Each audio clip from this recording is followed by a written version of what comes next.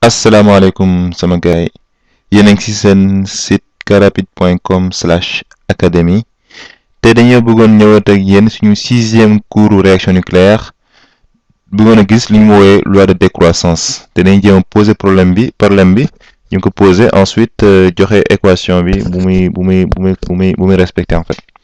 Donc déjà la mooy problème mooy lan problème mooy dañu am imaginons am na benn noyau buy désintégré wu fi benn noyaux yu bëri yu nekk fi yu désintégré wu par exemple mën na compter par exemple des millions et des millions de noyaux et cetera da ko nii yëpp ay noyaux la dañuy désintégré wu ok par exemple mën na nekk carbone 14 wala phosphore wala radon comme ni ko gisee bi passé ok les noyaux bi day au fil du temps donc c'est très important au fil du temps day perdre ay atomes en fait day perdre ay atomes n bii nii nombre d'atomes bi day wàññeeku donc si on note n de t on note n de t le nombre d'atomes on note donc bu ñu noter n de t le nombre d'atomes à t ok à t plutôt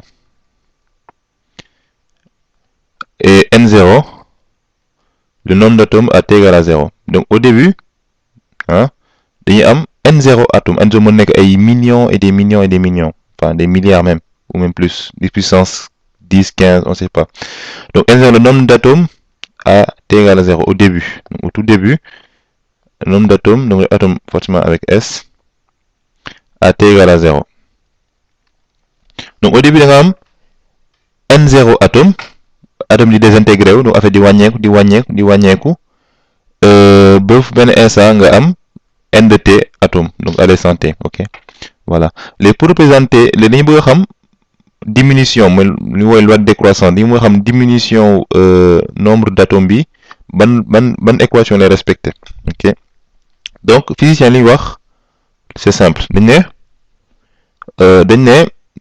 mën poser dn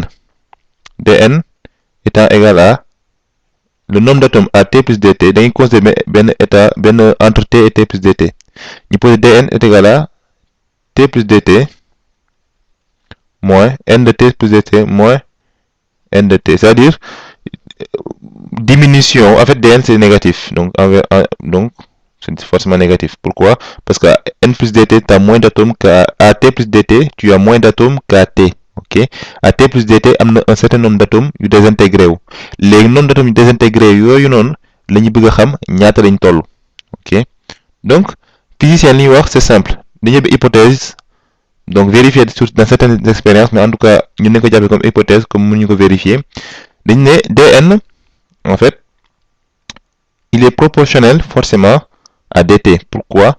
Parce que plus ngay toog di xaar c'est proportionnel plus ngay toog di xaar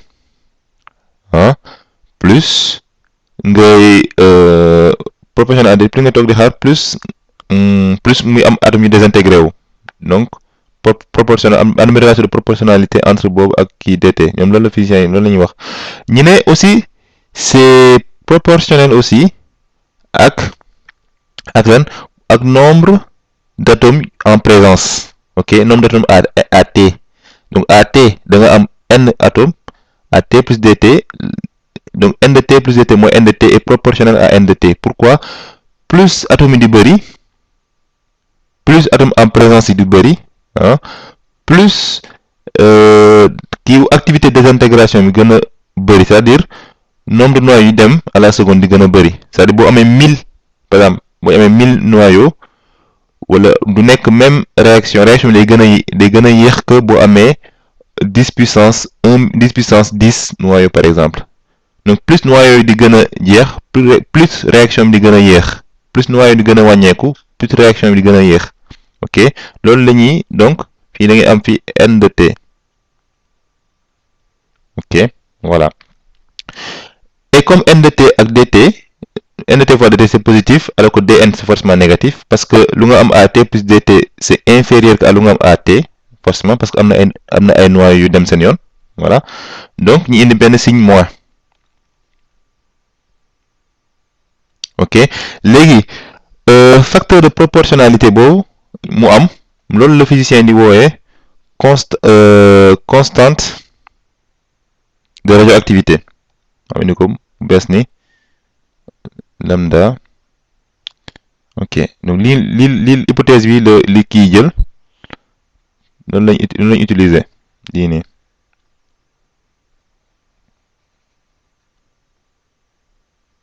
Voilà, avec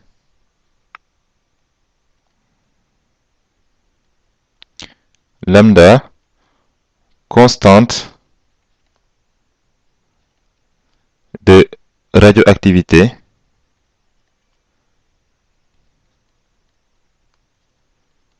ne dépendant, donc alpha ne dépend que de la nature de l'atome qui se désintègre. Par exemple, alpha bu phosphore, c'est différent que alpha bu carbone 14. Non, pas alpha, lambda la bëgg lambda bu phosphore est différent de lambda bu carbone 14, est différent de lambda bu radon par exemple, ne dépendant que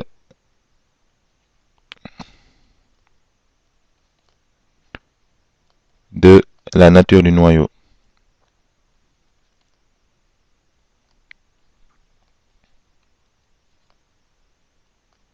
Voilà, ok. Donc du coup, bu ñu diviser équation diviser fu nekk par dt, da ngay am donc dn sur dt, da ngay am donc dn xam binda action égale à xam binda équation égale à moins lambda n de t dt. Donc ce qui entraîne que donc vous divisez par dt, da ngay am dn sur dt égale à moins lambda de n de t. Ok, donc boo continuer ba si biir da ngay am équation bu affaire bi di vérifier mooy dn sur dt plus lambda de n de t c'est égal à 0 égal à 0. Équation bii nii le réaction bi di nombre d'atomes bi di vérifier. Voilà. Donc c'est équation différentielle du genre f' plus lambda f' plus une constante a fois f c'est égal à 0. Voilà. Donc lii nii boo jàngee sa cours maths sa cours équation différentielle même en physique hein, boo jàngee sa cours équation différentielle di nga xam ne en fait alors il existe une constante telle que quoi? Tel que n de t, donc il existe une constante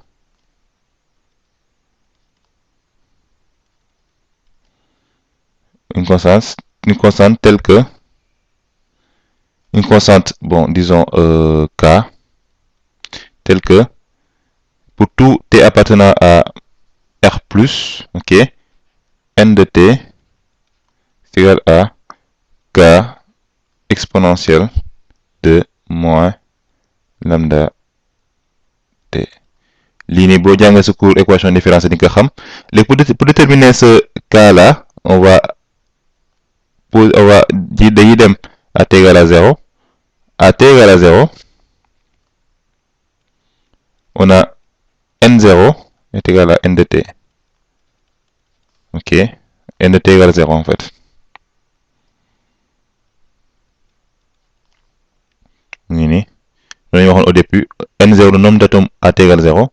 Donc boo continuer da ngay am c'est égal à k exponentielle de moins 0 fois t. Donc ça c'est égal à 0. Exponentielle de 0 ku ne xam ne c'est égal à 1. Donc, du coup c'est égal à k. Donc cette constante là, ok, c'est égal à k en fait. C'est égal à k. Donc du coup da nga équation bu affaire di vérifier, ça va être quoi? Ça va être ça. Ça va être, je l'écris en couleur, donc n de t